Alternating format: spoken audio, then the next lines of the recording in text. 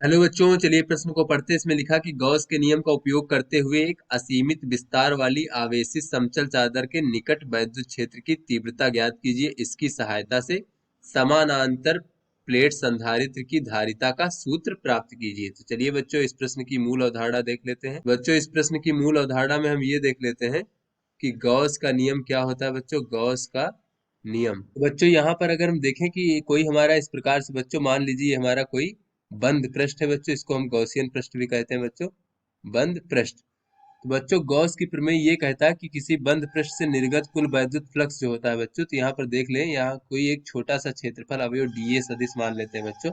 और इस बिंदु पर अगर वैद्युत क्षेत्र की तीव्रता ई सदिश है बच्चों, तो इस छोटे से क्षेत्रफल अवयव से निर्गत वैद्युत फ्लक्स हो जाएगा वैद्युत क्षेत्र की तीव्रता का सदिश और क्षेत्रफल सदिश, इन दोनों सदिशों का अदिश गुणनफल। तो बच्चों, संपूर्ण पृष्ठ से गुजरने वाला वैद्युत फ्लक्स ज्ञात करने के लिए इसका हम जो है बंद समाकलन कर देंगे। तो ये बच्चों हमारा हो जाएगा, ये इस संपूर्ण पृष्ठ से गुजरने वाला कुल वैद्युत फ्लक्स का मान हो जाएगा। तो बच्चों, गॉस का नियम ये कहता है किसी बंद पृष्ठ से परिबद्ध कुल वैद्युत फ्लक्स का मान जो है बच्चों, उस बंद पृष्ठ से परिबद्ध कुल आवेश जो है क्यू परिबद्ध भागे एप्सिलॉन नॉट के बराबर होता है, जहां बच्चों एप्सिलॉन नॉट क्या है, निर्वात की वैद्युतशीलता है। अब चलिए देख लेते हैं बच्चों, कोई भी हमारा संधारित्र है तो उस संधारित्र की धारिता क्या होती है बच्चों।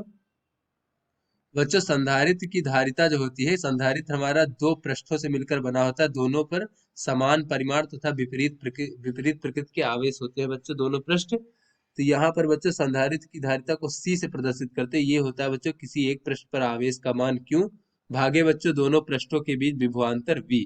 इस प्रकार से बच्चों हम किसी भी संधारित्र की धारिता को लिखते हैं। तो चलिए बच्चों, अपने प्रश्न को अब हल करते हैं। बच्चों, जैसा कि प्रश्न में कहा गया है कि यहाँ पर हमारे पास एक जो है असीमित विस्तार की ये चादर मान लेते हैं बच्चों, इस प्रकार से हमारी असीमित विस्तार की ये हमारी बच्चों चादर मान लेते हैं, इस प्रकार से है, ये धनावेशित मान लेते हैं बच्चों। और बच्चों, इस पर जो आवेश घनत्व है वो सिग्मा मान लेते हैं, पृष्ठीय आवेश घनत्व। बच्चों, पृष्ठीय आवेश घनत्व क्या होता है, वो होता है कि इकाई क्षेत्रफल में कितना आवेश है। बच्चों, इस चादर के कारण इसके निकट कोई बिंदु P मान लेते हैं। यहाँ पर अगर हमें वैद्युत क्षेत्र की तीव्रता ज्ञात करना है बच्चों, तो इस P से होकर जाने वाला बच्चों एक हम गॉसियन पृष्ठ खींच लेते हैं बच्चों, इस प्रकार से बेलनाकार गॉसियन पृष्ठ, जो कि बच्चों इस आवेशित चादर के आर पार इस प्रकार से एक समरूप गॉसियन पृष्ठ खींच लेते हैं बच्चों। इसके पीछे भी इस प्रकार से जा रहा होगा, दोनों तरफ समान दूरी तक इस प्रकार से। बच्चों, ये हमारा बेलनाकार गॉसियन पृष्ठ हो गया। तो बच्चों, इस गॉसियन पृष्ठ से अगर हम निर्गत कुल वैद्युत फ्लक्स ज्ञात करना चाहें तो देखें क्या होगा बच्चों यहाँ पर। तो यहाँ पर बच्चों अगर हम इस प्रकार से देखें तो इस बेलनाकार पृष्ठ के एक तो बच्चों ये वक्रीय पृष्ठ होगा, तो इसको हम S1 मान लेते हैं। और वक्रीय पृष्ठ का सदिश बच्चों S1 सदिश इस प्रकार से बेलनाकार पृष्ठ के अभिलंबवत बाहर की ओर होगा बच्चों, इस प्रकार से वक्रीय पृष्ठ के अभिलंबवत होगा इसका सदिश। और बच्चों दूसरा हमारा एक ये समतल पृष्ठ होगा, तो इसको हम S2 सदिश मान लेते हैं, तो इसका दिशा क्या होगा बच्चों, इस तल के अभिलंबवत बाहर की ओर।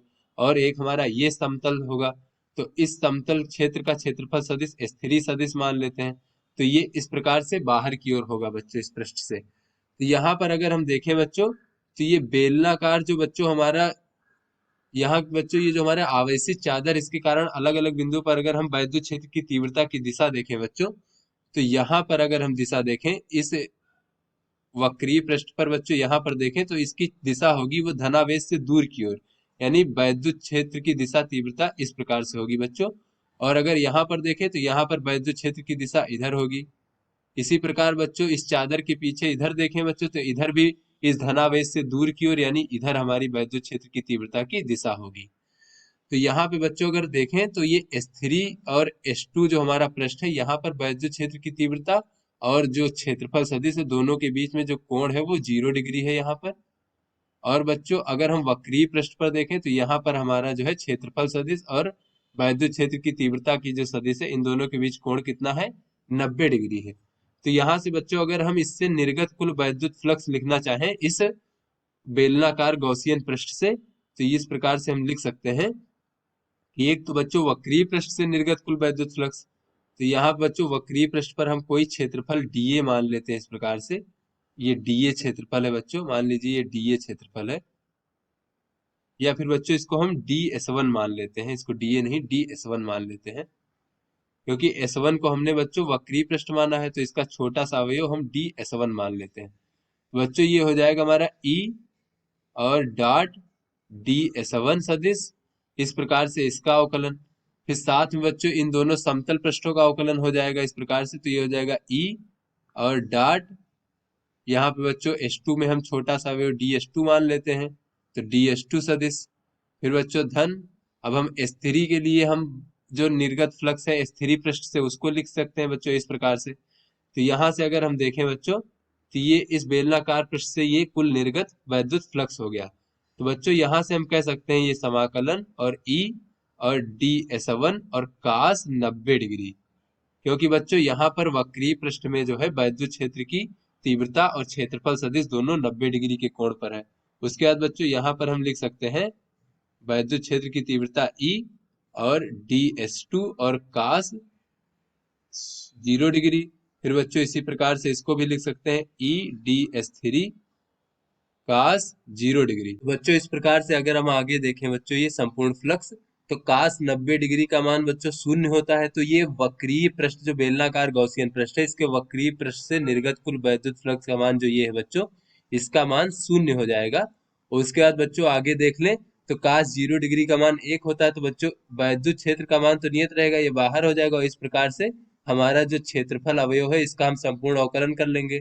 और इस प्रकार से बच्चों यहाँ भी हम लिख सकते हैं इस प्रकार से DS3, बच्चों ये फाई बराबर हो जाएगा हमारा E, और बच्चों ये DS2 का अगर हम संपूर्ण अवकलन करें तो ये बच्चों अगर हम इसको हम लिख सकते हैं S2, मतलब इसके क्षेत्रफल का परिमाण, फिर बच्चों इसको हम लिख सकते हैं E और इसको लिख सकते हैं S3। अब बच्चों ये जो S2 और S3 क्षेत्रफल है इन दोनों के परिमाण बच्चों आपस में समान है, क्योंकि ये दोनों जो है ये बेलनाकार पृष्ठ के समतल पृष्ठ है, तो समतल पृष्ठों का क्षेत्रफल समान है बच्चों। तो इसको जो है हम यहाँ पर लिख सकते हैं इस प्रकार से कि मान लीजिए बच्चों S2 बराबर हमारा S3 के है, और जो है ये हमारा S के बराबर है, तो यहाँ से बच्चों फाई बराबर हमारा हो जाएगा ES धन ES, तो बच्चों ये हो जाएगा 2ES।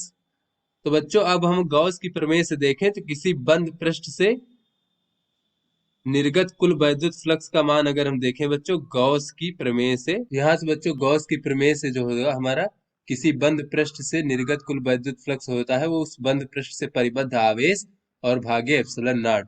तो चलिए बच्चों देख लेते हैं इस बेलनाकार पृष्ठ से परिबद्ध कुल आवेश कितना है। तो बच्चों ये जो है हमारा इस बंद पृष्ठ से बच्चों बेलनाकार पृष्ठ से जो ये इतना भाग है बच्चों आवेशित चादर का, इसी से जो परिबद्ध आवेश है वही हमारा होगा। तो बच्चों इस पृष्ठ का क्षेत्रफल कितना होगा बच्चों, तो ये पृष्ठ का क्षेत्रफल हमारा S के बराबर होगा, जैसा कि हमने देखा S2 S3, और ये S के बराबर ही होगा हमारा पृष्ठ का क्षेत्रफल। और इसका बच्चों पृष्ठीय आवेश घनत्व कितना है बच्चों, उसको हमने सिग्मा माना है। तो पृष्ठीय आवेश घनत्व सिग्मा का अर्थ ये होता है कि इकाई क्षेत्रफल में आवेश का मान सिग्मा है, तो एस क्षेत्रफल में आवेश का मान कितना हो जाएगा, वो सिग्मा गुणे एस हो जाएगा। तो यही जो है हमारा बच्चों बेलनाकार गॉसियन पृष्ठ से परिबद्ध कुल आवेश का मान हो गया भागे बच्चों एप्सिलॉन नॉट।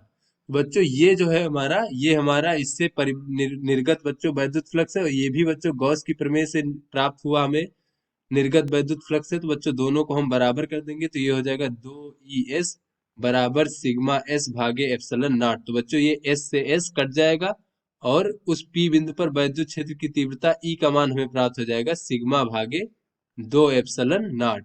तो इस प्रकार से बच्चों एक असीमित विस्तार की जो समतल चादर थी बच्चों उसके निकट के बिंदु पर वैद्युत क्षेत्र की तीव्रता का परिमाण हमें ज्ञात हो गया। तो चलिए बच्चों आगे प्रश्न में देख लेते हैं। तो बच्चों आगे प्रश्न में कहा जा रहा है कि इस वैद्युत क्षेत्र की तीव्रता जो हमें ज्ञात हुई है इसकी सहायता से समानांतर प्लेट संधारित्र की धारिता का सूत्र प्राप्त कीजिए। तो चलिए बच्चों देख लेते हैं समानांतर प्लेट संधारित्र की धारिता। समानांतर प्लेट संधारित्र की धारिता।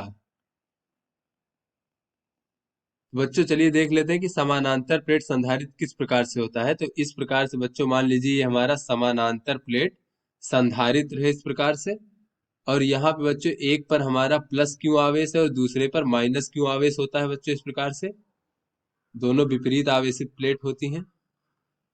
तो इनके बीच में बच्चों अगर हम वैद्युत क्षेत्र की तीव्रता देखें कि ई का मान कितना होगा, तो यहाँ पे बच्चों ये प्लस क्यू जो है हमारा प्लेट के कारण कितना होगा, तो प्लस क्यू प्लेट के कारण जो हमारा वैद्युत क्षेत्र की तीव्रता होगा वो होगा सिग्मा भागे 2 एप्सिलॉन नॉट, और इसकी दिशा हो जाएगी इस तरफ प्लस क्यू प्लेट के कारण।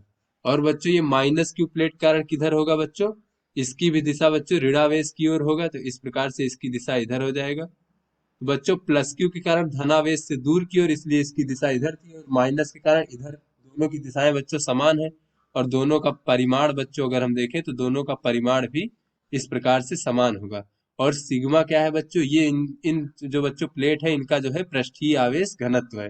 तो यहाँ से बच्चों दोनों की दिशाएं समान है, तो परिणामी वैद्युत क्षेत्र की तीव्रता जो है इसके बीच में, दोनों प्लेटों के बीच में, वो सिग्मा भागे 2 एप्सिलॉन नॉट धन सिग्मा भागे 2 एप्सिलॉन नॉट के बराबर होगा। तो बच्चों ये सिग्मा भागे एप्सिलॉन नॉट के बराबर होगा।